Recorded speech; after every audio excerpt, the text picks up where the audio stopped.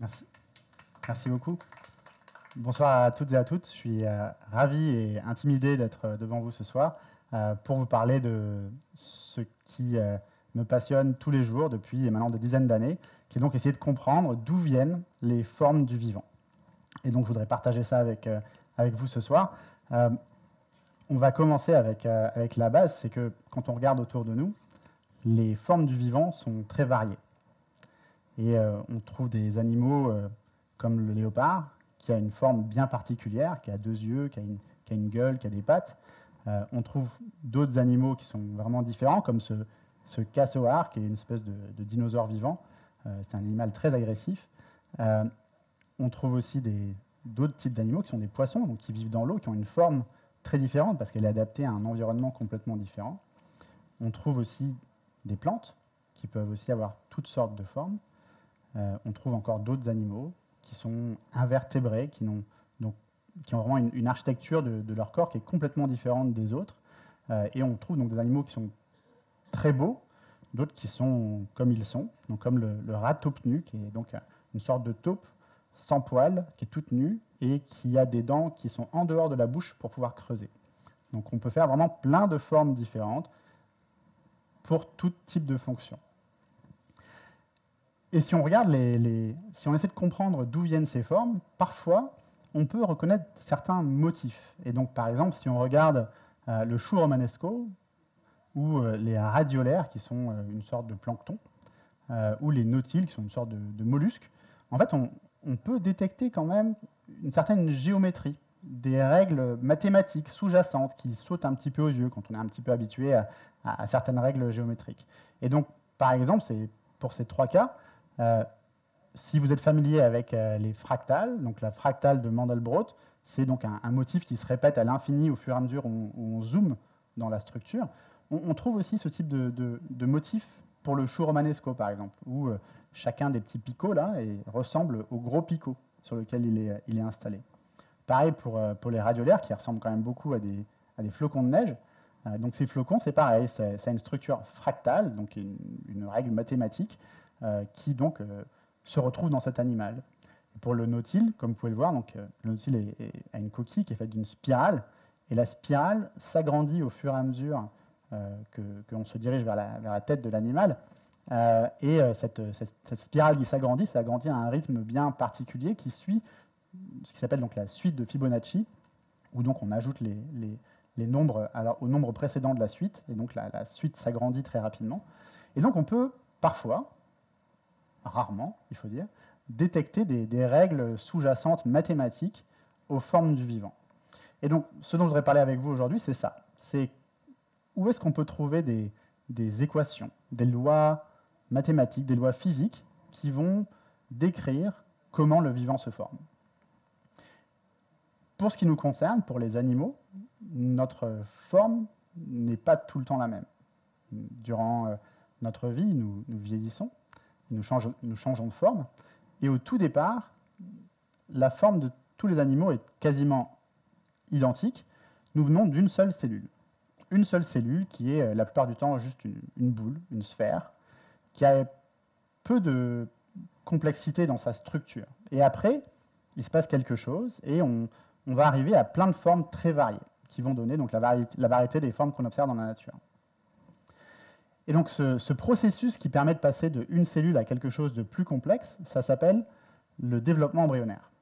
On passe d'une seule cellule à, pour le cas d'un humain, des millions de milliards de cellules, et des millions de milliards de cellules qui sont organisées d'une manière bien particulière. Pour passer donc de ce qui s'appelle le zygote, donc c'est l'œuf fertilisé, à un bébé, donc chez un humain il faut 9 mois, et vous êtes sûrement tous au courant que l'information qui permet de passer de ce niveau de complexité relativement bas à un niveau de complexité beaucoup plus élevé, toute l'information est contenue dans le noyau de chacune des cellules. Et donc, dans cette cellule initiale, il y a toute l'information qui permet de faire ça. Toute cette information est contenue dans le noyau de la cellule, qui est ici en jaune. Et donc, ce noyau contient une molécule que vous connaissez, qui s'appelle l'ADN, l'acide désoxyribonucléique. Et cet ADN contient un code qui va être comme une recette de cuisine qui permet de faire l'organisme beaucoup plus complexe. Et donc ça, c'est quelque chose qui est étudié par beaucoup de laboratoires, donc pas nous, mais d'autres laboratoires. Il y a plein de choses très très intéressantes à découvrir dans essayer de comprendre comment on passe donc de cette information à un organisme plus complexe.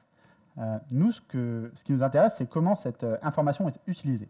Si vous prenez une recette de cuisine, selon le cuisinier, elle n'aura pas forcément le même goût, parce qu'il y a toute une application en fait, de cette recette de cuisine. Il faut savoir décoder l'information et l'exploiter.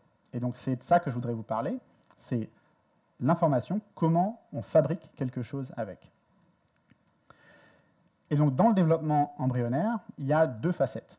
Il y a une facette qui s'appelle le patterning. Je n'ai pas trouvé de nom français satisfaisant pour expliquer ça, mais l'idée c'est que chaque cellule a une identité. Chaque cellule est particulière dans le sens où une cellule de cœur, ce n'est pas la même chose qu'une cellule de rein, qu'une cellule de foie. Leur contenu est différent. Elles n'ont pas la même chimie. Et cette identité, par exemple, ici, vous voyez que les cellules ont des couleurs différentes sur cet embryon. Il y a des cellules qui sont roses, des cellules qui sont bleues, des cellules qui sont vertes. C'est parce que leur composition moléculaire est un petit peu différente. Elles ont toutes le même ADN, mais leur composition chimique est différente. Et donc ça s'appelle le patterning. Petit à petit, les cellules vont acquérir une identité. Au début, il n'y a pas d'identité autre que celle du zygote, donc de cette cellule qui va donner tout l'embryon. Et après, une cellule de cœur va avoir une identité différente d'une cellule de rein, d'une cellule de cerveau. Et l'autre versant de cette chimie, c'est la forme, donc la morphogénèse, donc l'acquisition de cette forme dans le vivant, qui fait que le cœur n'a pas la même forme que le rein, n'a pas la même forme que le foie. Et une cellule de cœur à l'intérieur du cœur n'a pas la même forme qu'une cellule de foie. Au-delà de ça, la forme du cœur est différente de celle du foie, mais le cœur est aussi à un endroit bien précis dans le corps. Le cœur est à gauche, il est dans la cage thoracique, il n'est pas dans les pieds. Et c'est important d'avoir cette position des organes dans le corps. Et aussi une orientation. C'est important que l'axe ait la bonne orientation par rapport à la tête, par rapport aux pieds, par rapport au dos, par rapport au ventre, et par rapport à la gauche et la droite. Donc on a trois axes, un axe antéro-postérieur, donc de la tête vers les pieds, un axe dorso-ventral et un axe gauche-droite. Et donc ça, c'est aussi la morphogénèse. C'est comment les cellules vont sculpter l'organisme pour que les organes aient leur bonne forme et leur bonne orientation. Donc c'est différent de l'identité des cellules. Évidemment, il faut que les deux fonctionnent. Il faut que le cœur ait la bonne forme et que les cellules du cœur aient la bonne identité. Donc il faut que tout ça se développe correctement. Et donc nous, ce qui va nous intéresser aujourd'hui, c'est vraiment juste l'aspect morphogénèse, mais je pense que c'est important aussi de savoir qu'il y a cet aspect identité qui est très important pour les cellules pour que le corps puisse fonctionner correctement. J'imagine que certains d'entre vous ont déjà vu un embryon se développer, mais peut-être pas tous. Donc on va regarder ensemble le développement embryonnaire d'un animal qui démarre d'une cellule très simple pour arriver à quelque chose de très compliqué qui va être très familier. Donc ça, c'est un œuf de poisson zèbre. Poisson zèbre, c'est un petit poisson qui fait 4 cm à peu près. Et ce poisson se forme à partir d'une seule cellule, comme nous. Cette cellule, vous la voyez là. Donc c'est l'espèce de dôme que vous voyez. Et ce que vous voyez en dessous, c'est le jaune d'œuf. Donc c'est ce qui va pouvoir approvisionner la cellule, qui vont dépenser beaucoup d'énergie pour pouvoir créer un poisson. Et donc ce poisson va se former donc devant vous. Ça se forme en 4 jours, et on va le voir en accéléré évidemment. Et donc vous allez voir que très rapidement, donc, cette sphère va acquérir une forme bien particulière qui nous est familière, qui est celle d'un poisson. Donc c'est parti. Donc, on passe d'une cellule à 2, puis 4, puis 8, puis 16, puis 32, 64. Et rapidement, on arrive à 1000 cellules, rapidement à des dizaines de milliers de cellules. Et une fois qu'on arrive à des dizaines de milliers de cellules, les cellules vont commencer à sculpter le corps du poisson. Donc là, on voit toujours une sphère, mais on voit quand même qu'il se passe des choses. Et au bout d'un moment, vous allez voir sur la gauche un renflement, et sur la droite, un autre renflement, qui vont correspondre sur la gauche à la future tête, et sur la droite à la future queue du poisson. Donc là, vous voyez le renflement. Si vous regardez bien, vous allez voir une espèce de boule formée dans ce renflement. Ce sont les yeux, l'œil qui se forme. La queue qui commence à se détacher de la boule. Elle va se détacher complètement pour allonger complètement l'axe. Vous voyez des espèces de stries qui correspondent aux muscles que l'on a sur les côtés. Et vous allez voir bientôt l'œil se pigmenter. Il va devenir noir très bientôt, là. Donc les pigments sont très importants pour la vision. Et vous voyez aussi des pigments apparaître dans la peau qui vont donc donner les zébrures du poisson zèbre à un certain moment. Vous voyez aussi quelque chose qui bouge très vite là. C'est le cœur du poisson. Donc le cœur du poisson, on s'est mis à battre déjà à la fin du premier jour. On ne le voyait pas bien, mais maintenant on le voit très bien. On est à un peu plus de 2 jours maintenant. Et donc tout ce qui manque maintenant à cet animal, qui est clairement reconnaissable, on voit que ça va être un poisson, on voit que ça va pas être un oiseau, on voit que ça va pas être une tortue ou je ne sais quoi d'autre. Tout ce qui manque à cette larve de poisson, c'est une mâchoire. Dès que la mâchoire va se décrocher, la larve pourra aller se nourrir.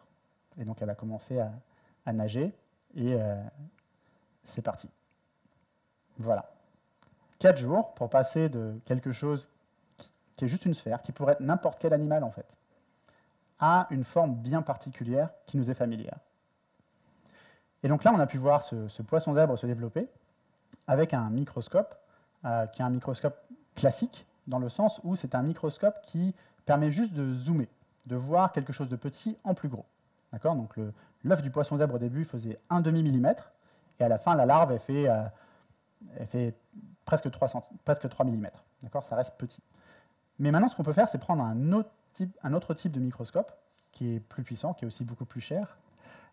C'est un microscope à fluorescence, où ce qu'on va faire, c'est qu'on va marquer certains éléments des cellules de cet embryon avec une couleur particulière. Et on va regarder que cet élément. Et donc là, ce que vous voyez, tous ces petits points, ce sont les noyaux des cellules d'un embryon de poisson zèbre. Et on ne va voir que les noyaux. On ne voit plus rien d'autre. Et ce qu'on va voir, c'est que ces noyaux donc, vont se diviser. Vous avez vu les cellules se diviser au départ. Les cellules vont se diviser. On va voir les noyaux se diviser. Et ensuite, on va voir plein de petits points. Donc là, les cellules se divisent. Et on voit plein de petits points qui vont commencer à s'agiter, là, et qui vont commencer ensuite donc, à bouger, comme vous avez vu plus tôt, pour sculpter l'embryon. Donc comme ce sont seulement les noyaux qui sont marqués, ça devient plus difficile de discerner les yeux qui vont se former. Je vais essayer de vous les montrer. Mais donc ce que vous voyez, donc, ce sont clairement des milliers de cellules qu'on peut suivre comme des petits points et qui vont donc s'accumuler à cet endroit-là pour former la tête. Le cerveau va se former à cet endroit-là. Et là, vous allez avoir 2 boules sur les côtés. Je ne sais pas si vous allez tous réussir à les voir, mais donc là, il y a une sphère qui commence à se former. Ce sont les yeux. Si vous avez vraiment un très bon œil, vous pouvez même voir la rétine au bout d'un moment qui commence à se former à cet endroit-là. Et donc, ce que je voulais vous montrer là, c'est qu'en fait, on arrive à suivre chacune de ces dizaines de milliers de cellules. Et on peut les tracer, les suivre vraiment, pour essayer de comprendre d'où viennent chacune des cellules. Les cellules de l'œil, où étaient-elles au départ? On peut revenir en arrière, rejouer le film en arrière et voir d'où viennent ces cellules. Et donc, par exemple, on peut faire ce type de reconstruction, où maintenant, donc c'est le même embryon, donc chacun des noyaux a été tracé, suivi, et maintenant la direction du mouvement du noyau a été montrée avec une couleur particulière. Quand la cellule se dirige vers la tête, elle est marquée en vert. Quand la cellule se dirige vers la queue, elle est marquée en bleu. Et quand les cellules convergent vers le côté dorsal de l'embryon, elles sont marquées en rouge. Et donc vous pouvez voir maintenant un ballet, un mouvement bien orchestré, où les cellules vont bouger à l'endroit où elles doivent aller pour former tel ou tel organe. Et donc c'est vraiment les cellules de notre corps qui sculptent les organes de notre corps. Donc ici, toutes les cellules ont été marquées. On n'a pas chacune des cellules, donc juste le noyau de chacune des cellules. Ce qu'on peut aussi faire, c'est marquer seulement certaines des cellules de l'embryon. Et donc, par exemple, on peut marquer seulement les neurones pour voir la formation de notre système nerveux. Et donc là, c'est un poisson zèbre encore. Il est difficile à reconnaître parce que seulement les neurones ont été marqués. Et donc, ce que vous voyez, c'est l'équivalent là de la colonne vertébrale du poisson. Et donc, ce que vous allez voir, c'est comment les neurones vont envahir le corps du poisson pour innerver ses muscles, pour pouvoir le contrôler, pour relier la colonne vertébrale au cerveau, pour relier les organes au cerveau. Pardon. Donc c'est parti. Donc vous voyez certains des neurones qui commencent à projeter leur axone, et donc c'est en train d'envahir le corps du poisson. Et vous allez voir bientôt que ça va être assez facile de voir que c'est le même embryon, le même poisson, donc avec la tête qui est de ce côté, le bout de la queue qui est là, et vous voyez donc les axones de ces neurones qui vont donc innerver le corps du poisson. Vous pouvez voir aussi certains neurones qui vont de la tête jusqu'à la queue, ça forme une espèce de ligne. Cette ligne a une fonction particulière chez les poissons. C'est un organe sensoriel qui permet aux poissons d'esquiver les prédateurs très rapidement. Donc c'est quelque chose qui court tout le long de l'embryon. Donc vous voyez, donc maintenant il y a un réseau d'axones qui parcourt tout l'embryon pour pouvoir innerver tout le corps du poisson. Donc cette ligne, qui est importante pour que le poisson puisse sentir son environnement, elle est à l'intérieur d'un petit groupe de cellules que vous voyez ici en vert. Donc là, encore une fois, on a la queue du poisson. Et donc ça, je vous ai montré cette ligne de neurones qui bouge tout le long de l'embryon, qui glisse. Et cette ligne, donc, elle est emportée par ce groupe de cellules. Et donc ce groupe de cellules, il bouge de la tête jusqu'à la queue. Et vous voyez qu'il dépose des petites gouttes tout le long. Il glisse et ça dépose des petites gouttes. Et ça ressemble donc un petit peu à une goutte d'eau qui glisse le long d'une vitre, qui va donc couler et déposer des petites gouttelettes d'eau le long du chemin. Et donc la raison pour laquelle je fais ce parallèle, c'est que beaucoup des modèles qu'on va utiliser pour décrire les formes de vivants, ce sont des modèles de fluides. Et donc un autre exemple, c'est un autre exemple qui est souvent utilisé dans les laboratoires, c'est la mouche. La mouche est un animal qui est souvent utilisé dans les laboratoires. Et donc vous savez sûrement que l'œil de la mouche est un œil composite avec plein de facettes. Et chacune de ces facettes, durant le développement embryonnaire, provient donc de ce groupe de petites cellules-là. Et si on regarde la forme que prennent ces petites cellules, quand il y en a une, c'est juste une sphère. Quand il y en a deux, elles prennent cette forme-là. Quand il y en a trois, elles prennent cette forme-là. Et là, vous avez des bulles de savon. Des bulles de savon qui sont donc déposées soit une, soit deux, soit trois, soit quatre. Et ce que vous pouvez voir, c'est que à chaque fois qu'il y a le bon nombre de cellules, ça ressemble vraiment, c'est vraiment très proche de la forme que prennent des bulles de savon. Encore une fois, la raison pour laquelle je vous montre ça, c'est pour vous montrer la géométrie sous-jacente aux formes du vivant, qu'on a pu voir au début pour le chou romanesco, par exemple, mais on le retrouve aussi dans certains tissus de l'embryon. Et donc, pour décrire le vivant, durant les 20 dernières années, il y a eu beaucoup de progrès en termes de compréhension de la formation des formes du vivant, qui sont venus de la physique de la matière molle, en opposé à la physique de la matière condensée. Donc la physique de la matière molle, ça va être la physique des bulles de savon, des mousses. Et cette physique est très utile pour décrire le vivant. Et donc je vais vous parler de tout ça dans le processus embryonnaire que nous étudions au laboratoire, qui est le développement de l'embryon de mammifère, et donc des tout premiers jours de notre développement. Donc voilà un embryon humain qui est composé donc d'une seule cellule. Et donc cet embryon humain est filmé dans un centre de procréation médicalement assistée. Et donc on peut observer les tout premiers jours de l'embryon humain.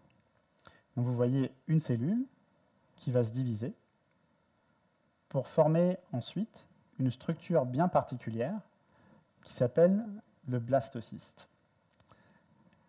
Donc voilà le blastocyste. C'est cette structure qui se forme au bout de 5 jours.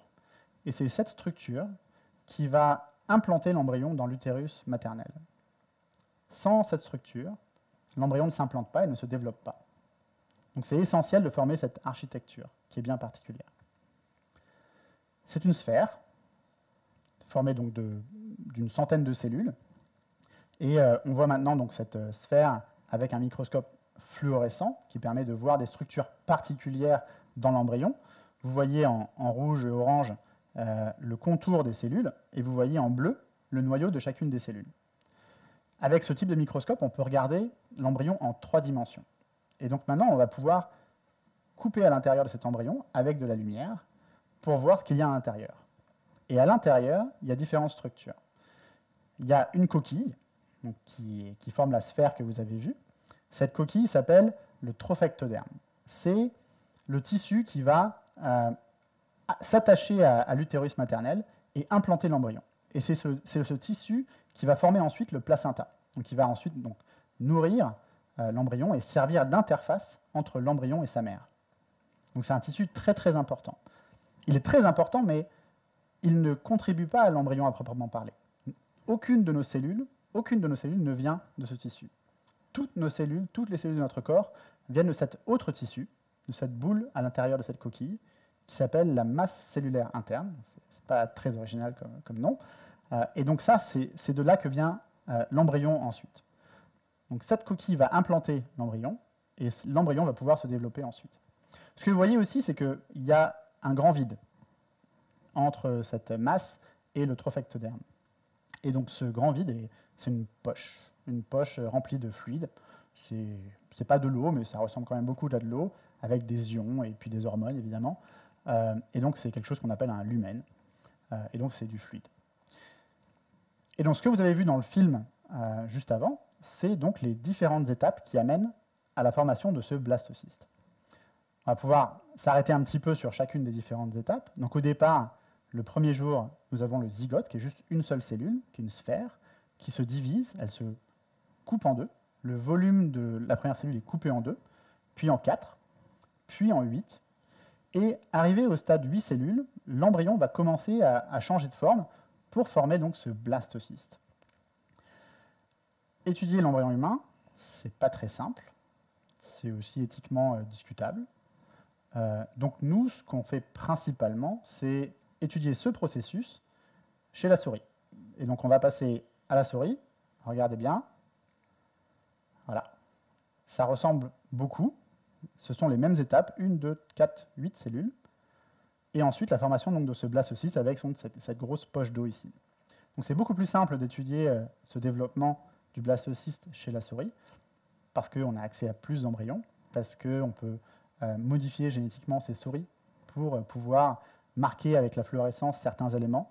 On peut faire des mutants, on peut les mettre sous des microscopes très, très puissants qui vont les brûler. Et donc, on peut faire beaucoup plus d'expériences. Et donc, tout ce que je vais vous montrer maintenant, c'est principalement chez la souris. Quand c'est de l'humain, je vous préviendrai. Donc, comment on forme ce blastocyste? Donc, quelle est la morphogénèse? Donc, quels sont les changements de forme qui amènent à ce blastocyste? Comment il se transforme de cette masse de cellules qui ne s'accroche pas bien à quelque chose qui a une architecture bien particulière? Donc moi, je découpe le développement du blastocyste en 3 étapes. La première étape, c'est la compaction. Donc si on regarde bien, les cellules, elles ne sont pas bien accrochées les unes aux autres. Et hop, elles s'étalent et elles forment une masse plus compacte. C'est la première étape. C'est la première chose qu'on fait. On se compacte. Ensuite, il va y avoir des cellules qui vont aller à l'intérieur de l'embryon. Donc c'est la deuxième étape, c'est l'internalisation. Donc cette cellule violette rentre à l'intérieur et elle est complètement séparée du fluide externe. Et donc, je vous ai parlé du trophectoderme qui forme la coquille et de la masse cellulaire interne. Donc, il faut amener des cellules à l'intérieur de l'embryon. Donc, ça, c'est une étape clé pour former le placenta et l'embryon à proprement parler. Et la dernière étape, c'est la cavitation, donc la formation de cette poche fluide qui se forme donc là. Et donc, il faut gonfler un ballon. Et vous le voyez se gonfler donc, dans ce film. Et donc, on va prendre chacune de ces 3 étapes, l'une après l'autre, pour essayer de comprendre ce qui se passe, que font les cellules pour former le blastocyste, pour sculpter l'embryon de mammifère. C'est parti. Donc on commence avec la compaction. Donc la compaction, donc chez la souris et chez l'humain, démarre avec 8 cellules. Donc vous en voyez peut-être 5 là, et donc il y en a d'autres qui sont au-dessus, qui ne sont pas dans le plan focal du microscope. Et ce que vous voyez, en fait, c'est que les cellules s'étalent les unes sur les autres. Je vous ai parlé aussi de la comparaison entre les cellules et les fluides. Et si je vous demande si vous avez déjà vu une goutte d'eau s'étaler sur une surface, vous avez tous vu ça, on va regarder ça ensemble. Donc ça, ce sont des gouttes d'eau de la rosée du matin sur une feuille, et vous les voyez, donc elles sont bien décollées de la feuille. Sur certaines autres feuilles, les gouttes d'eau vont s'étaler beaucoup plus. Et donc pour essayer de comprendre ce phénomène d'étalement des gouttes, il y a plein de gens qui se sont amusés pendant des centaines d'années à essayer de comprendre ce qui se passait. Et ce dont je veux vous parler, c'est donc ces deux mathématiciens, donc un mathématicien qui s'appelle Thomas Young, qui est un mathématicien britannique, et un autre, Athanas Dupré, qui est un mathématicien, physicien français, qui se sont intéressés à la forme que prenaient les liquides dans des tubes. Donc quand on prend un tube, et qu'il y a un liquide dedans, ça forme un petit ménisque. Et ils ont regardé la forme du ménisque et ils ont essayé de comprendre qu'est-ce qui contrôlait la forme de ce ménisque. Et ils ont conclu qu'il y avait quelque chose qui s'appelle la tension de surface. Donc la tension de surface, c'est ce qu'on trouve à la surface, à l'interface entre le liquide et l'air. C'est ce qui permet aux araignées d'eau de marcher sur l'eau. Et donc cette tension de surface, c'est une force qui tire à la surface de la goutte. Et suivant l'intensité de cette tension, ça va déterminer un angle de contact entre la goutte et sa surface. Et donc si on change les tensions, ça change l'angle et ça change l'étalement de la goutte. Et donc ils ont étudié ça en détail et ils ont sorti des équations qui permettent de relier ces tensions à ces angles de contact. Et donc maintenant on a une équation mathématique qui permet de décrire l'étalement d'une goutte. Et donc ça c'était il y a 200 ans. Donc 100 ans plus tard, il y a un autre mathématicien, Darcy Thompson, qui s'est intéressé à la biologie, c'est un mathématicien écossais, il s'est intéressé à la biologie et il a dit, donc à l'époque on avait les tout premiers microscopes, on a commencé à voir à quoi ressemblait une cellule, et il s'est dit quand même, les cellules elles ressemblent quand même beaucoup à des gouttes d'eau et à des bulles de savon, et il s'est dit, et tiens, et si les cellules avaient des tensions de surface, ça pourrait aussi expliquer comment l'embryon se déforme, comment les organismes se forment. Et il s'est beaucoup intéressé aux formes du vivant, donc il y a une centaine d'années, donc avant qu'on connaisse l'ADN, avant qu'on connaisse la transmission héréditaire, avant tout plein de choses. Mais il avait déjà cette idée que les cellules sont un petit peu comme des bulles de savon. Et donc 100 ans plus tard, donc nous, c'est ce qu'on utilise pour décrire les formes de l'embryon de mammifère. On utilise donc des tensions de surface. Cette équation, que vous pouvez regarder si vous voulez, qui a été donc sortie par ces mathématiciens il y a 200 ans. Et ça nous permet de comprendre comment on peut compacter, étaler des cellules les unes sur les autres, compacter l'embryon. Donc il y a plusieurs types de tensions qui sont affectées à différentes surfaces. Il y a la surface externe de l'embryon, donc qui est en contact avec le milieu environnant, et après il y a les contacts cellulaires qui ont une tension différente qui est ici en vert. Et donc pour compacter l'embryon, il faut changer ces tensions, et donc en gros, pour compacter, il faut prendre ces tensions et il faut tirer très fort sur les bords du contact. Donc il faut augmenter la tension à la surface de l'embryon, ou on peut aussi faire en sorte que les contacts entre les cellules soient plus mous, soient plus relâchés, soient moins tendus. C'est une autre manière de compacter l'embryon. Et donc tout ce qu'il faut maintenant pour comprendre ce que fait l'embryon, c'est mesurer ces tensions, pour voir s'il devient plus tendu ou moins tendu, plus dur ou plus mou. Et donc pour mesurer les tensions, donc il faut s'attarder à ce que sont les forces que génère le vivant. Et donc on est tous familiers avec les forces qui nous entourent. Donc si on prend par exemple un des animaux les plus forts qui existent sur Terre actuellement, donc un éléphant, qui pèse donc 5 tonnes, il va pouvoir, avec sa trompe, porter un arbre. Il peut porter avec ses jambes tout son poids, donc il est très très fort. Et donc un arbre, ça pèse à peu près, donc suivant l'arbre, ça pèse à peu près 300 kg. Et donc ça, en force, ça fait 3000 newtons. Donc les newtons, c'est l'unité des forces. D'accord ? Et donc l'éléphant, c'est un animal qui est assez fort, et donc son échelle de force, c'est le millier de newtons. Nous aussi, on est à peu près dans cet ordre-là. Donc la Gofran Belkir, la championne du monde poids-plume d'haltérophilie, elle pèse 100 fois moins qu'un éléphant, et elle arrive à porter presque 100 kg. Donc elle arrive aussi à développer une force du millier de newtons. D'accord ? Elle est super forte. Donc il y a d'autres gens qui sont plus raisonnables, donc qui sont moins forts, mais qui sont quand même dans le 300 newtons. D'accord ? Donc c'est notre échelle de force. Nous, on vit dans un monde à l'échelle de la dizaine, de la centaine, du millier de newtons. C'est ça qu'on connaît, c'est ça qu'on perçoit dans notre environnement.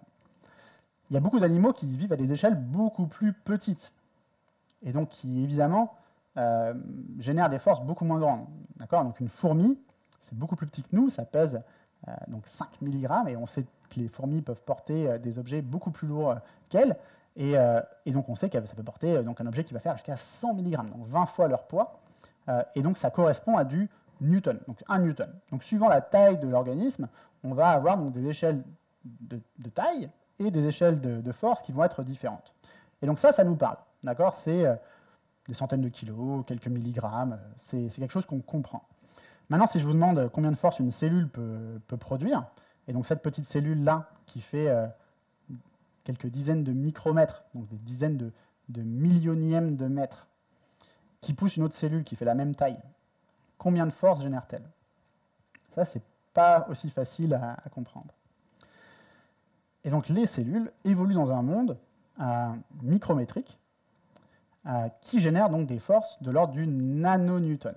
Le nanonewton. Donc on est à 1 milliardième de newton, et donc on est sur des forces qui sont 1000 milliards de fois moins que ce à quoi on est habitué.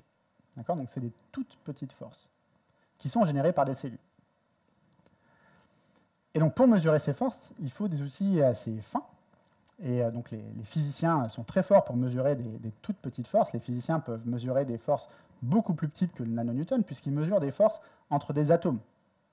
C'est encore plus petit que ça, c'est encore moins fort que ça. Mais les physiciens, pour mesurer les forces entre les atomes, ils prennent leur échantillon, ils le mettent dans un accélérateur à particules, ils l'envoient à la vitesse de la lumière, ils explosent tout. C'est pas ce qu'on veut. Nous, on veut garder l'échantillon en vie pour que l'embryon continue à se développer pendant qu'on mesure ses forces. On veut faire un espèce de bras de fer avec la cellule pour essayer de voir à quel point elle est forte sans la tuer.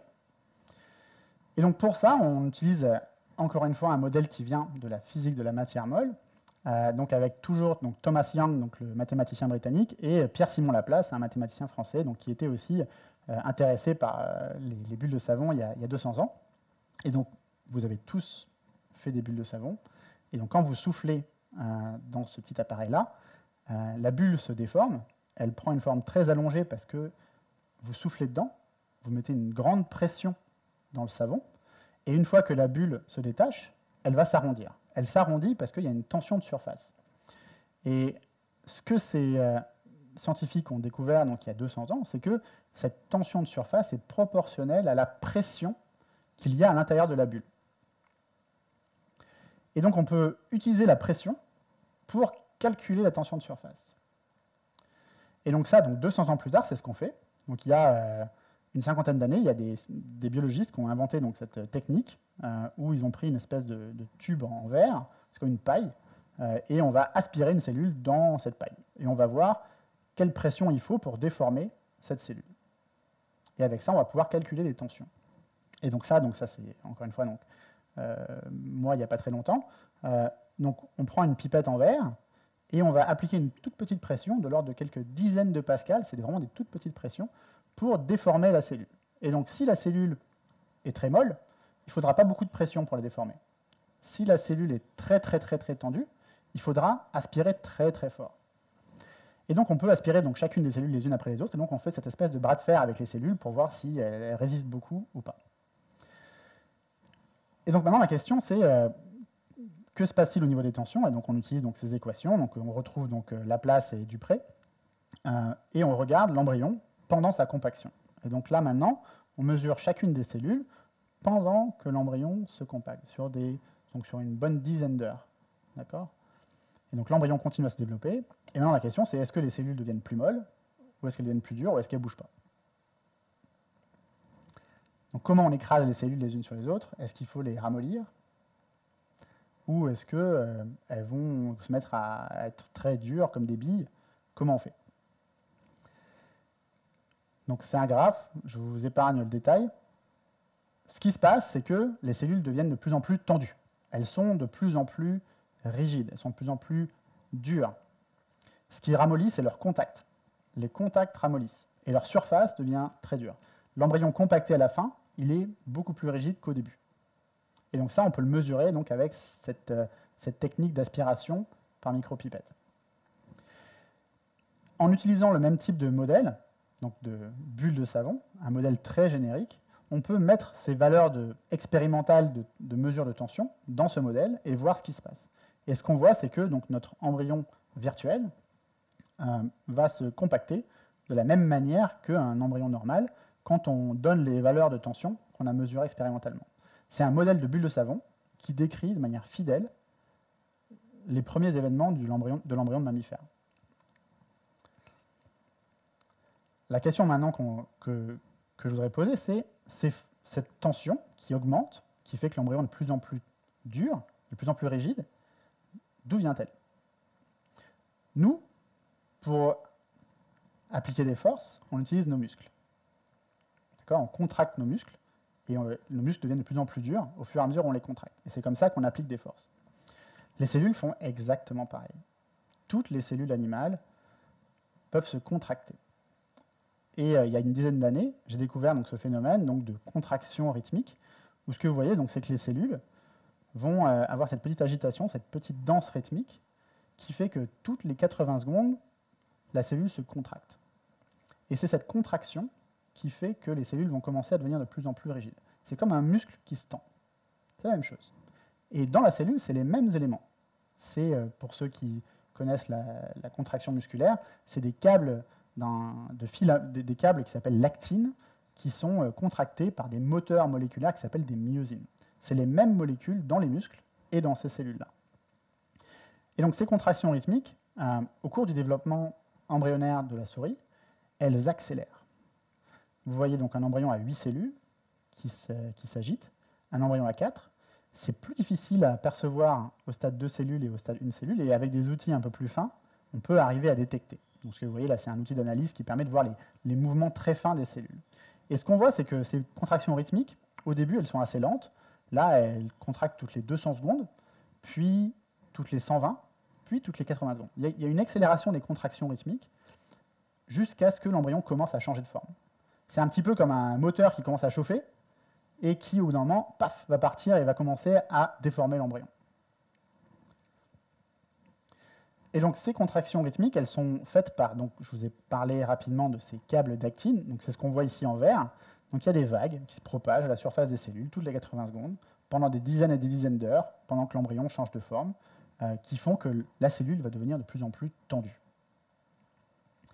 Donc maintenant, on va commencer à s'intéresser à l'autre processus d'internalisation, et pour ça, on va commencer à faire une expérience un petit peu à la Frankenstein, où on va prendre l'embryon et on va l'exploser au stade 8 cellules pour qu'il ne reste plus qu'une seule cellule. Donc là, on a coupé l'embryon en 8. Ce qui reste, c'est 1/8 d'embryon, donc une cellule d'un embryon.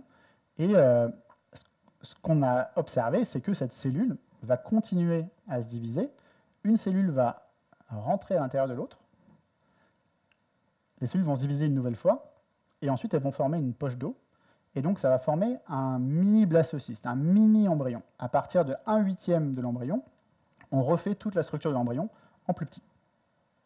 Donc ça, c'est un petit peu ce qui se passe, on pense, quand il y a des jumeaux, des vrais jumeaux. À un moment, l'embryon s'est coupé en deux, et puis les deux moitiés ont réussi à faire 2 individus. Donc là, c'est juste qu'on le fait expérimentalement, et on le coupe en 8. D'accord ? Et donc ce qui se passe quand on coupe l'embryon en 8, c'est qu'on a une seule cellule qui récapitule la formation de ce mini-embryon. Et quand on regarde ces contractions périodiques, on voit que ces contractions périodiques, elles restent là. Donc là, on voit encore une fois la vague qui tourne toutes les 80 secondes sur cette cellule. Et elle fait ça pendant des dizaines d'heures.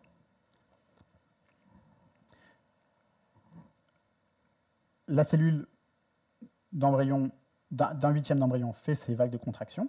Ensuite, elle va se diviser. Elle va passer à 2/16 d'embryon. Une fois que la division est terminée, elle va recommencer à faire ces petites contractions périodiques. Et si vous avez l'œil, vous verrez qu'il y a une seule des deux cellules qui fait les contractions périodiques.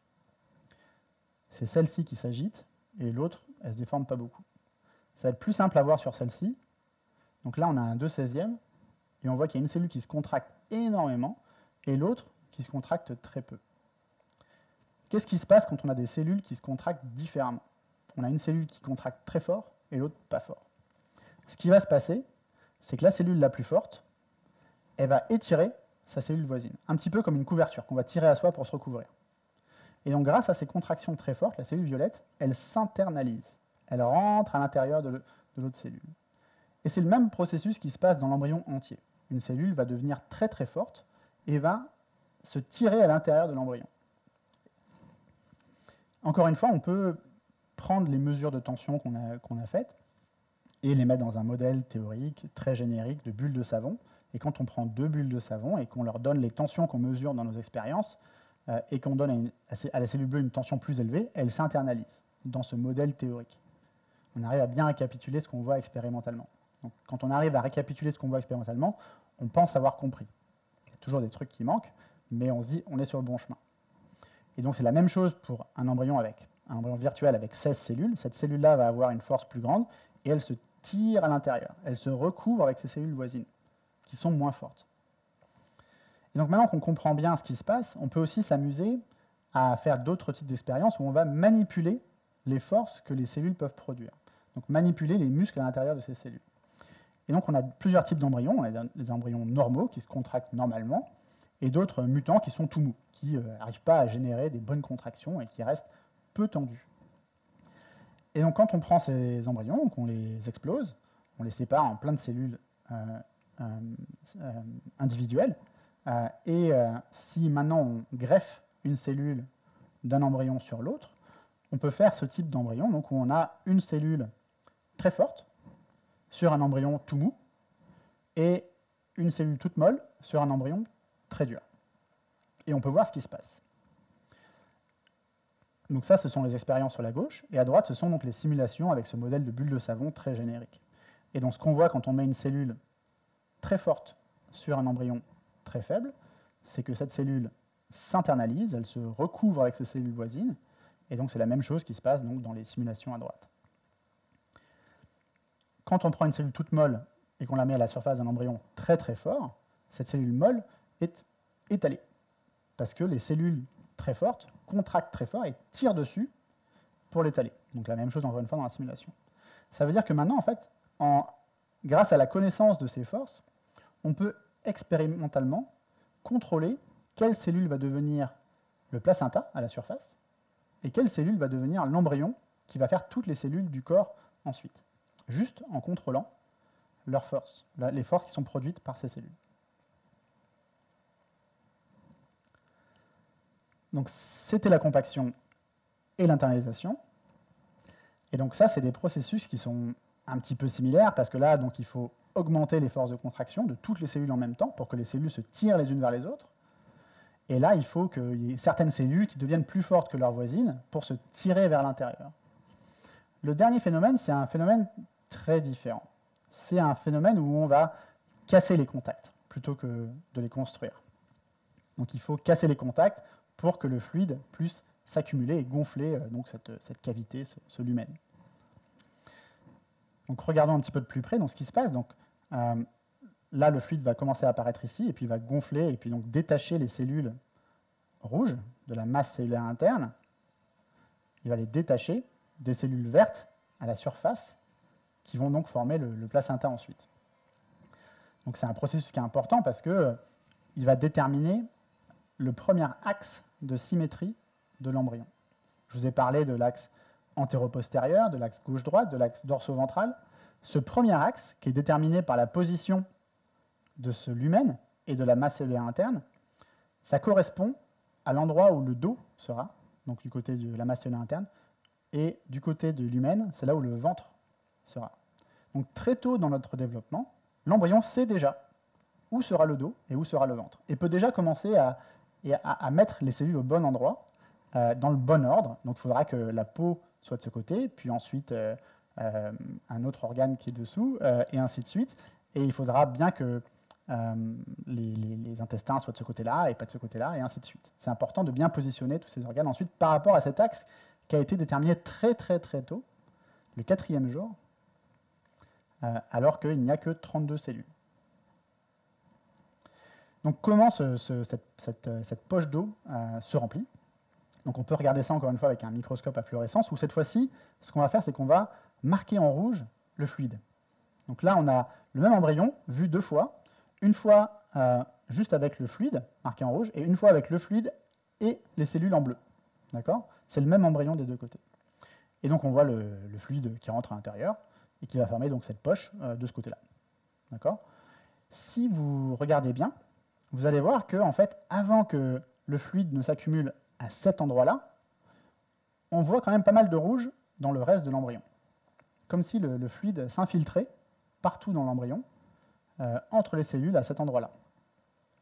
Et si on regarde maintenant très finement, avec un microscope assez puissant pour pouvoir voir les structures subcellulaires, vraiment plus petites que la cellule, donc là on a un embryon qui a 32 cellules, on ne les voit pas toutes, et on va voir une coupe au travers de cet embryon, et on va voir que les contacts entre les cellules vont laisser apparaître des failles, des fractures. Ces fractures ensuite disparaissent au moment où le lumen se forme. Mais initialement, tous les contacts semblent brisés. Il y a des trous où le fluide s'accumule. Donc on les voit bien sur ces images, donc on voit des petites fractures qui se forment, qui s'agrandissent, et ensuite, elles disparaissent. La seule fracture qui reste, c'est celle où il y a le lumen. Mais initialement, tous les contacts sont brisés, et ensuite ils sont réparés. Et donc ce qui va briser ces contacts, c'est le fluide qui est sous pression. Et donc un fluide sous pression qui casse quelque chose, ça s'appelle la fracturation hydraulique. Vous êtes sûrement tous familiers avec ce phénomène qui permet d'extraire des gaz de schiste. Et donc on envoie un fluide pressurisé qui va rentrer dans la terre et qui va exploiter les failles déjà existantes dans la roche, s'infiltrer à ces endroits-là, suivre le chemin de moindre résistance et exploser les failles qui étaient déjà là en fait, dans la roche. Et donc on utilise donc le même concept donc, de fracturation hydraulique dans l'embryon de mammifère pour expliquer comment ce lumen se forme. Donc si le fluide suit le chemin de moindre résistance, qu'est-ce qui va s'opposer à l'entrée du fluide? Ça va être la colle qu'il y a entre les cellules. Chaque cellule se tient à sa voisine avec une colle, c'est des molécules d'adhésion qui s'appellent les cadérines, mais ce n'est pas très important. Donc il y a une colle entre les cellules. Et ce qu'on peut faire, c'est faire un mutant qui a moins de cette colle. Il colle mal. Et donc ce à quoi on s'attend, c'est que ce soit plus simple pour le fluide de rentrer dans l'embryon. Et donc on va regarder ces deux embryons se développer en même temps, au moment où ils forment ces fractures, et on va voir lequel finit en premier. Donc là, un embryon normal, et là, un embryon qui colle mal. Et donc on voit que celui-là, c'est beaucoup plus facile pour le fluide de rentrer. On peut aller une étape plus loin et prendre donc ce mutant qui colle mal, et encore une fois faire un embryon chimérique à la Frankenstein, où on prend des cellules d'un embryon normal, des cellules d'un embryon qui colle mal, on les met ensemble, et on regarde ce qui se passe. Et ce qu'on voit, c'est que du côté où ça colle pas bien, le côté rouge, c'est là que se forme la poche, le lumen. Et donc en faisant en sorte qu'il y ait un côté de l'embryon qui colle moins bien que l'autre, on guide le fluide selon le chemin de moindre résistance. Et donc on peut positionner de manière expérimentale l'endroit où le lumen se fera. Et donc simplement en fait, en changeant la mécanique de l'embryon, on peut décider expérimentalement où sera le dos et où sera le ventre de la souris. Donc ça, c'est ce qu'on peut obtenir en comprenant la mécanique, les propriétés des matériaux qu'on a en face de soi. Et donc l'embryon est un matériau comme un autre. Et donc pour comprendre comment il se déforme, il faut comprendre quelles sont les propriétés de ce matériau et quelles sont les forces qui sont appliquées à ce matériau. Donc on a vu que pour former un blastocyste, il y avait 3 étapes. La première, c'est la compaction, et donc les cellules tirent de plus en plus fort sur leurs voisines et se rapprochent, et s'écrasent les unes sur les autres, parce qu'elles se contractent de plus en plus fort. À un moment, certaines cellules vont tirer plus fort que leurs voisines, et vont se recouvrir de leurs voisines, comme si on tirait sur une couverture. Et ensuite, pour laisser place au fluide, les contacts se brisent par fracturation hydraulique et le fluide suit le chemin de moindre résistance et c'est ça qui va déterminer le positionnement de ce lumen et ensuite l'axe dorso-ventral. Donc ça, c'est ce que je peux vous dire pour la mécanique de l'embryon de souris. Nous, au laboratoire, on fait de la recherche fondamentale. On ne cherche pas forcément à guérir certaines maladies, mais il se trouve que des fois, quand on trouve des choses dans la recherche fondamentale, il y a des applications relativement directes qui sont là devant nous. Et donc, on parle avec des médecins qui travaillent dans des cliniques de procréation médicalement assistée. Et l'idée, c'est de voir si certains des concepts que nous, on trouve chez la souris pourraient éventuellement s'appliquer à nous-mêmes. Et donc, l'idée, c'est est-ce qu'on peut amener un petit peu de cette mécanique du vivant, de la biophysique du vivant, à la clinique pour éventuellement aider les cliniques de procréation médicalement assistée de PMA. Donc, je vous ai montré au départ ce film de cet embryon humain, qui est donc fait dans un cadre d'assistance à la reproduction, pas dans un cadre de recherche. Et donc, l'embryon peut être cultivé in vitro jusqu'à son implantation. C'est quelque chose qui est fait en routine maintenant dans les cliniques de PMA depuis la fin des années 70. On connaît bien cette technique maintenant, les techniques de culture sont très bonnes. C'est quelque chose qui est de plus en plus commun parce que malheureusement, l'âge de procréation ne cesse de reculer. Les gens ont des enfants de plus en plus tard. Ça fait qu'on sort de la zone de fertilité naturelle de notre espèce. Et donc, dans un pays comme la France, il y a à peu près 25 000 bébés qui sont nés chaque année par fertilisation in vitro. Et il y a des millions de gens qui sont nés grâce à cette technique, qui sont vivants sur Terre, qui sont en très bonne santé, et certains d'entre eux ont eu des enfants de manière naturelle, sans aide, il n'y a aucun problème. C'est une technique qui marche très bien. Pour vous donner un ordre d'idée, 25 000 enfants par an, c'est 3 à 4% des enfants, et donc ça veut dire que dans chaque classe, il y a en moyenne un enfant né par PMA. Donc c'est très important. On sait très bien cultiver les embryons. Ce qu'on sait moins bien faire, c'est détecter, reconnaître l'embryon qui a le plus de chances de s'implanter. Quand les cliniciens regardent l'embryon, ils prennent le plus beau. Le plus beau, ça veut dire qu'eux, ils se sont entraînés, ils ont vu des milliers et des milliers d'embryons. Et avec l'expérience, avec les études scientifiques qui ont été faites, ils apprennent à reconnaître les signes qu'un embryon va marcher, va réussir à s'implanter. Et dans une clinique classique, en France, on est à peu près à un quart donc, des tentatives qui sont réussies. Ça veut dire qu'il y a beaucoup de tentatives qui échouent. Et ces tentatives qui échouent, c'est beaucoup de stress pour les familles qui essaient d'avoir des enfants. C'est de la souffrance physique aussi pour la mère qui essaie d'être maman, la dame qui essaie d'être maman.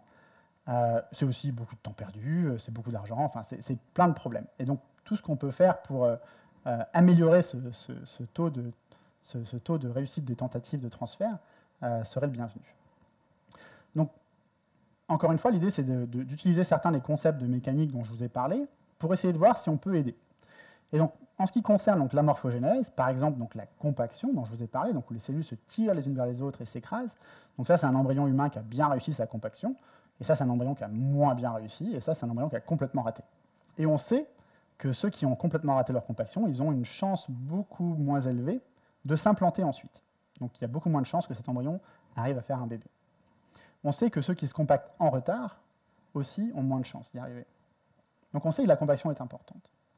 On sait aussi que des fois, l'embryon entier se compacte, mais des fois, il y a des cellules qui sont exclues, repoussées en dehors de cette masse compactée, qui donc vont être à la périphérie.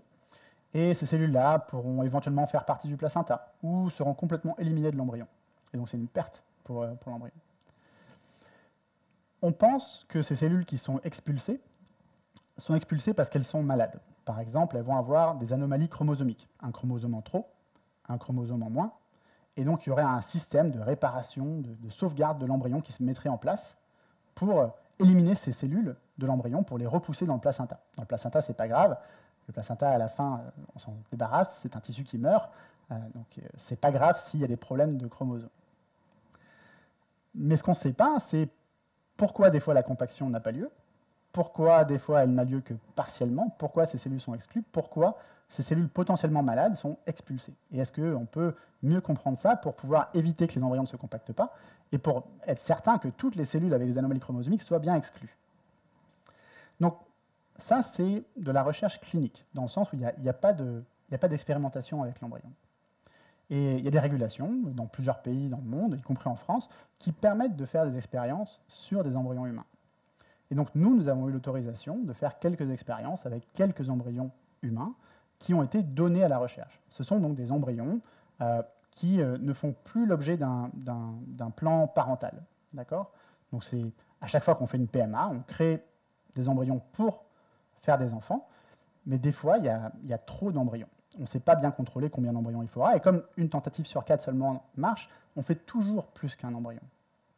Sinon, ce serait beaucoup trop douloureux pour les femmes.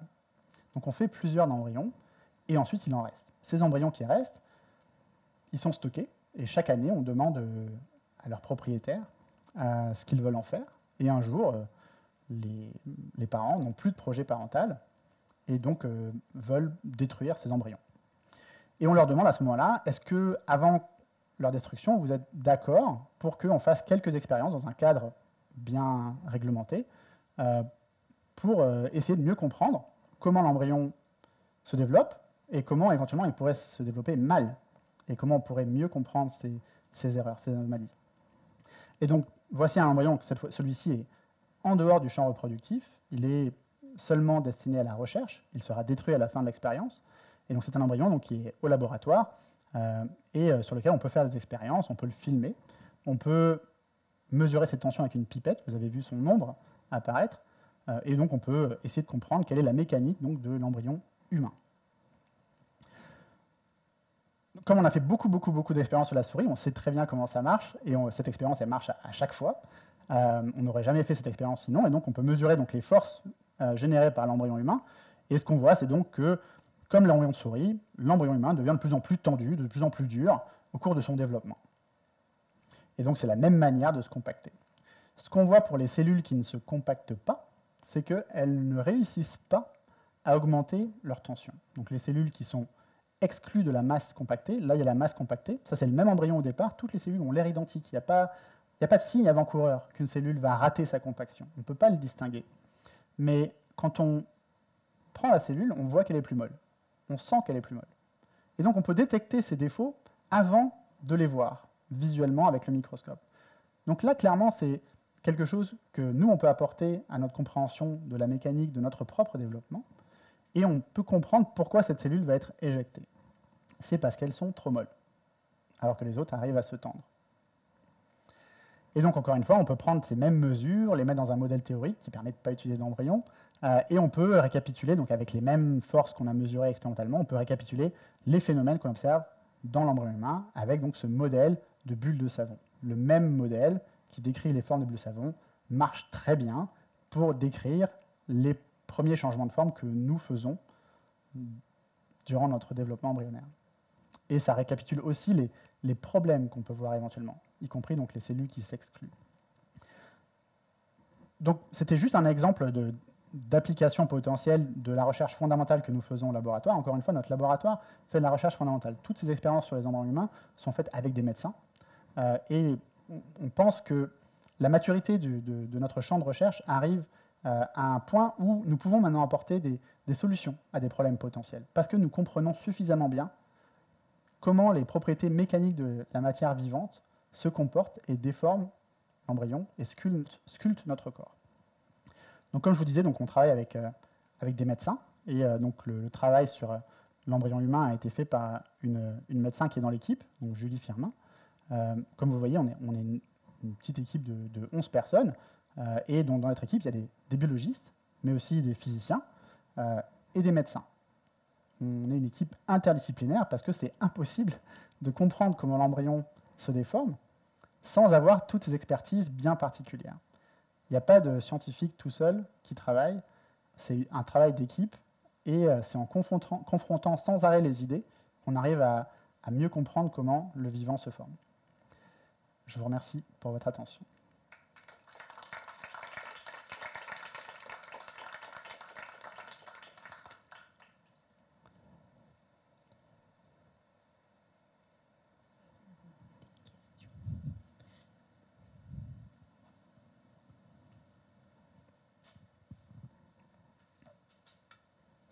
Merci. Oui, rebonjour. Du coup, j'avais deux questions. Comment on peut savoir à partir du 4e jour qu'on a déjà le positionnement du lumen et l'axe? Et quand on coupe en 8 l'embryon, est-ce qu'il est viable? Alors, l'embryon coupé en 8, l'embryon de souris coupé en 8 n'est pas viable. Il fait tous les tissus que peut faire l'embryon, mais il n'y a pas assez de cellules, donc il n'y arrive pas. L'embryon de souris, on peut le couper jusqu'à 4. Et ça marche. Mais 8, ça ne marche pas. Et l'autre question, c'était sur... Comment on sait à partir de 4 jours qu'on a déjà le positionnement du lumen avec l'axe? Vous voulez dire de l'axe dorso-ventral? Oui. C'est ça? D'accord. Donc ce qu'on fait, c'est que vous avez vu que les cellules étaient de couleurs différentes, et donc on peut colorer les couleurs, on peut colorer certaines cellules d'une certaine couleur et d'autres d'une autre couleur, et donc on peut suivre où vont ces cellules. Et donc là, en l'occurrence, on sait que les cellules qui sont près du lumen vont être sur le ventre. C'est en faisant en sorte on regarde l'animal à la fin et on voit où sont les cellules d'une certaine couleur.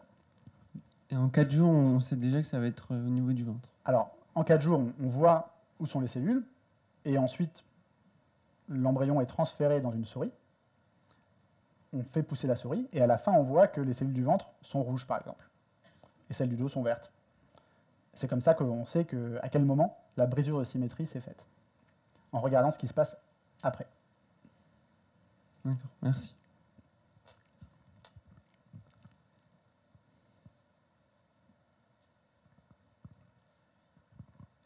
Bonjour, merci.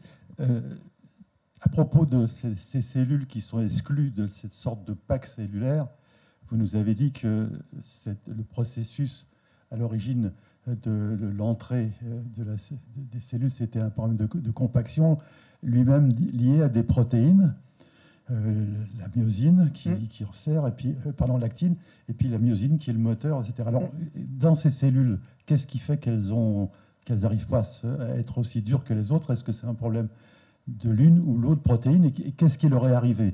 Puisqu'elles partent de la même cellule originelle, c'est donc leur parcours qui fait qu'il y a quelque chose qui ne s'est pas bien passé dans leur histoire.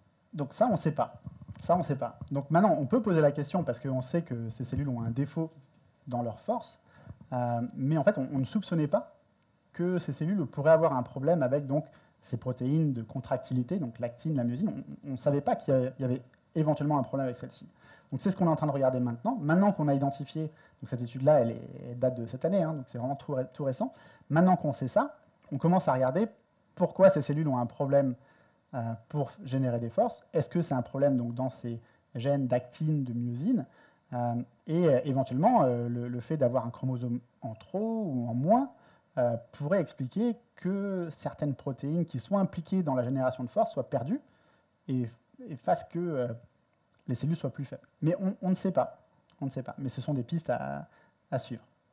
Donc c'est très difficile à faire sur l'embryon humain. On ne fera pas ça sur l'embryon humain. Sur l'embryon humain, on ne fait que les expériences pour lesquelles on est certain à 100% que ça va marcher. Il y a trop peu d'embryons.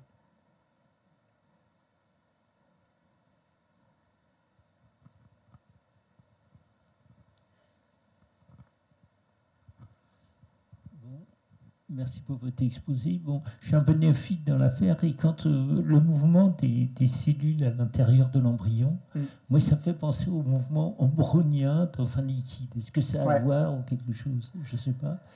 Alors, ça n'a pas vraiment à voir, mais oui, en fait, on n'a pas vraiment trouvé de fonction bien particulière pour ces mouvements rythmiques. On sait qu'ils sont là. On ne sait pas si, par exemple, cette période de 80 secondes, vers lesquelles tous les embryons convergent, on ne sait pas si elle est importante. Donc en fait, c'est un mouvement qui est périodique, qui est différent du mouvement brownien dans le sens où le mouvement brownien, c'est juste lié à la température. Ici, ce n'est pas la température qui fait ce mouvement, c'est l'activité des cellules. C'est quelque chose qui est actif, qui dépense de l'énergie sans arrêt. Mais on ne sait pas à quoi ça sert. On voit que c'est là. On voit que seules les cellules qui feront l'embryon continuent à faire ces contractions rythmiques, que les cellules qui feront le placenta ne le font plus, mais on ne sait pas à quoi ça sert. Et je voulais savoir est-ce qu'avec les végétaux, par exemple, on obtient les mêmes phénomènes à peu près ou... Ah, c'est une très bonne question. Donc là, je vous ai parlé de comment les cellules animales génèrent des forces. Les plantes génèrent les forces différemment. Donc nous, on utilise des muscles, parce qu'on a développé donc, ce système de contraction de filaments d'actine et de myosine qu'on utilise pour nos muscles. Et chaque cellule animale a cette capacité à faire des contractions. Les plantes n'ont pas de muscles. Et donc, elles ont un autre moyen de générer des forces qui est avec la pression. Donc, elles vont pomper de l'eau, pomper de l'eau, pomper de l'eau. Et c'est avec la pression, la pression du fluide que, par exemple, la sève va monter dans la tige. C'est comme ça que les plantes génèrent des forces. Elles génèrent des forces avec la pression. C'est un système très très différent. Et donc là, c'est les animaux et les plantes. Si on regarde les autres règnes, ça va être encore un mécanisme différent. Là, tout ce dont je vous ai parlé, ça concerne les cellules animales. Les mécanismes sont différents pour les cellules de plantes. Et il y a plein de laboratoires qui étudient donc, ces autres mécanismes de génération de force. D'accord, merci.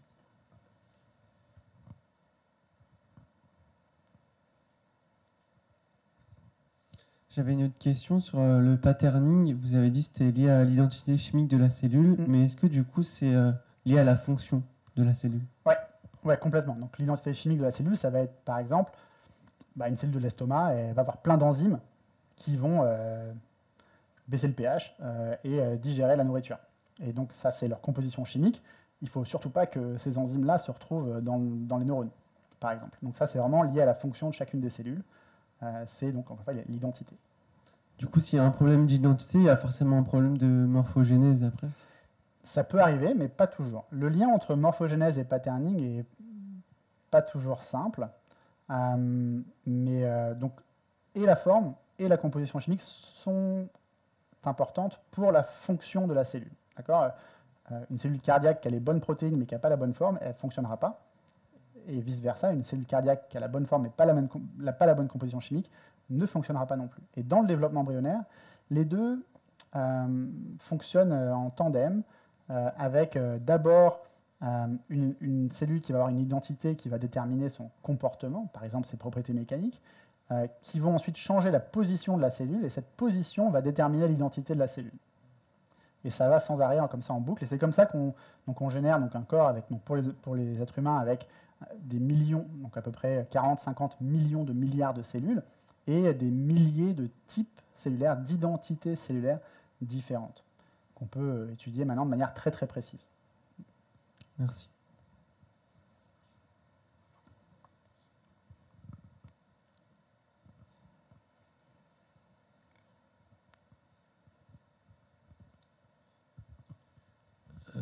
Il y a un de vos collègues qui est venu il y a quelques années, qui a fait un exposé sur les forces qui, au sein de l'embryon, par des écoulements de parties de l'embryon sur d'autres, qui propose un moyen de comprendre l'organisation de l'embryon, la position des cellules de la colonne vertébrale, des muscles, etc.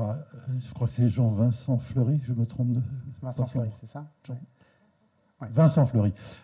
Qu'est-ce que vous pensez de ce genre de travaux ? Est-ce qu'on explique aujourd'hui la formation de l'embryon des vertébrés la forme générale de cette façon-là, puisque là, vous avez parlé jusqu'à un certain stade, mais après, il y a tout le reste.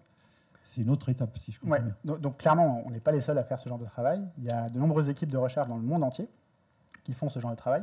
Il se trouve que c'est un champ d'études qui est très fort en Europe, plutôt qu'aux États-Unis ou en Asie. On est très fort. C'est historique, je pense. On est aussi très très fort en France. Donc il y a plein de labos aussi en France qui étudient la mécanique des cellules, la mécanique des tissus, dans plusieurs contextes différents. Donc nous, notre spécialité, c'est qu'on étudie l'embryon de mammifère, mais il y a beaucoup d'autres équipes qui étudient donc le poisson zèbre, la mouche, le nématode, c'est un petit ver, ou comme Vincent Fleury, le poulet, je crois. Donc en fait, chaque équipe de recherche va poser ces questions d'une manière un peu différente, suivant l'organisme avec lequel il travaille. Mais c'est la même philosophie. C'est essayer de découvrir les équations qui sont sous-jacentes à la physique de l'embryon pour comprendre comment il se déforme. C'est la même philosophie. Son travail, après, en particulier, je ne le connais pas. C'est juste que donc, nous, notre spécialité, c'est l'embryon de mammifère. Et on peut faire ce travail sur les mammifères parce que ça fait 20 ans qu'il y a des gens qui ont fait ça sur les mouches. C'est beaucoup plus simple de travailler avec. Donc moi-même, pendant ma thèse, j'ai travaillé sur le poisson zèbre et c'était aussi beaucoup plus facile.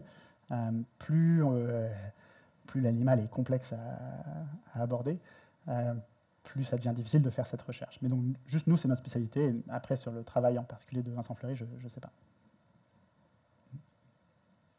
J'aurais une autre question. C'est celle concernant l'article qui est paru dans le Monde de la médecine daté de mardi, où on nous explique que le bon positionnement du noyau de la cellule qu'on va utiliser, l'ovocyte qu'on va utiliser, est produit par les mouvements extérieurs, une sorte de palpation du noyau qui fait que si c'est pas bien centré, il est possible que ça n'aboutisse pas, que du coup la fécondation in vitro ne marche pas. Ce qui veut dire que finalement, de plus en plus, on cherche des forces physiques qui agissent et du coup, la génétique dans cette affaire Là, je me posais aussi la question sur la génétique. Votre labo s'appelle génétique, mais qu'est-ce qu'elle vient faire, la génétique, dans tout ça?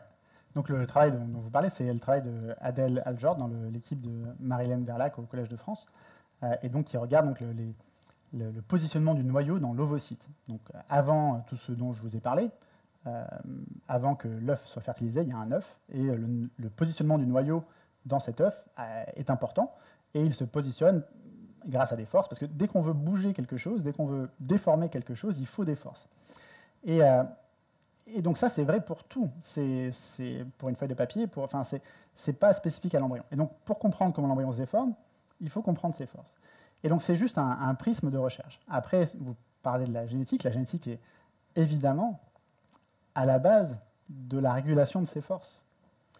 Et donc, le génome et le programme génétique vont être là pour développer les forces au bon moment, au bon endroit. Pour qu'on puisse former le nez, il faut que les cellules elles aient tiré au bon moment, au bon endroit. Et ça, c'est le code génétique qui va donner ces instructions. Mais la molécule d'ADN, en soi, elle est inerte. Elle ne fait rien. Elle n'est là que pour donner l'information. C'est déjà énorme. Mais ce n'est pas l'ADN, ce n'est pas les chromosomes qui font. Ceux qui sculptent, ceux qui bâtissent le corps, ce sont les cellules. Et elles utilisent des protéines pour ça. Et donc, tout est lié. L'information est contenue par le génome. Et donc, pour comprendre comment les forces sont mobilisées, il faut comprendre le génome. Mais comprendre le génome, ça ne suffit pas à savoir pourquoi d'avoir ce gène en moins ou ce gène en plus, on va avoir un œil d'une telle forme et puis une oreille d'une telle forme. C'est comment le génome est mobilisé derrière. Dans une cellule, pour bâtir le corps, il faut un architecte, c'est le génome, et il faut des ouvriers pour appliquer le plan. Et donc, il faut savoir est-ce que l'ouvrier doit avoir une force de temps ou de temps? Est-ce qu'il faut des poutres en bois ou est-ce qu'il faut des poutres en acier? Donc ça va dépendre de ce dont on a besoin. Est-ce que ça répond à votre question?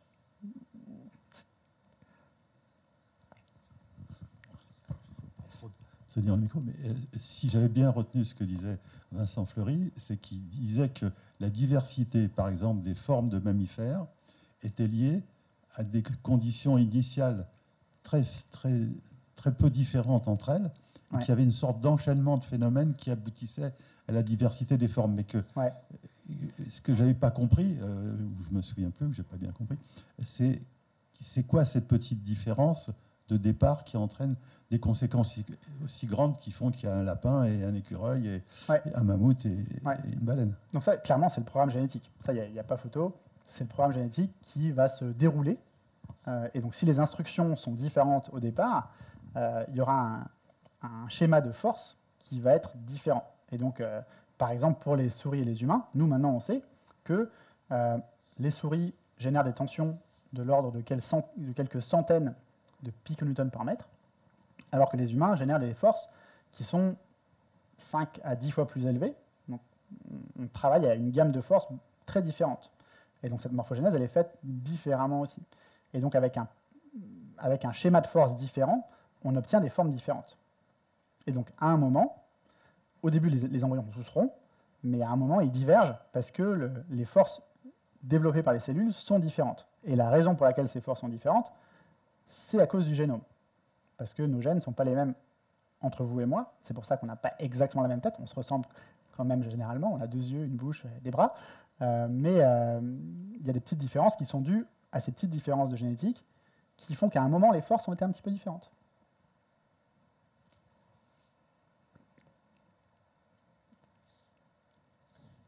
La conférence de Vincent Fleury, elle peut être écoutée en ligne sur notre site.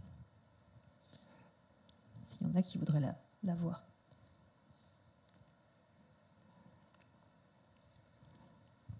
Est-ce que vous avez d'autres questions?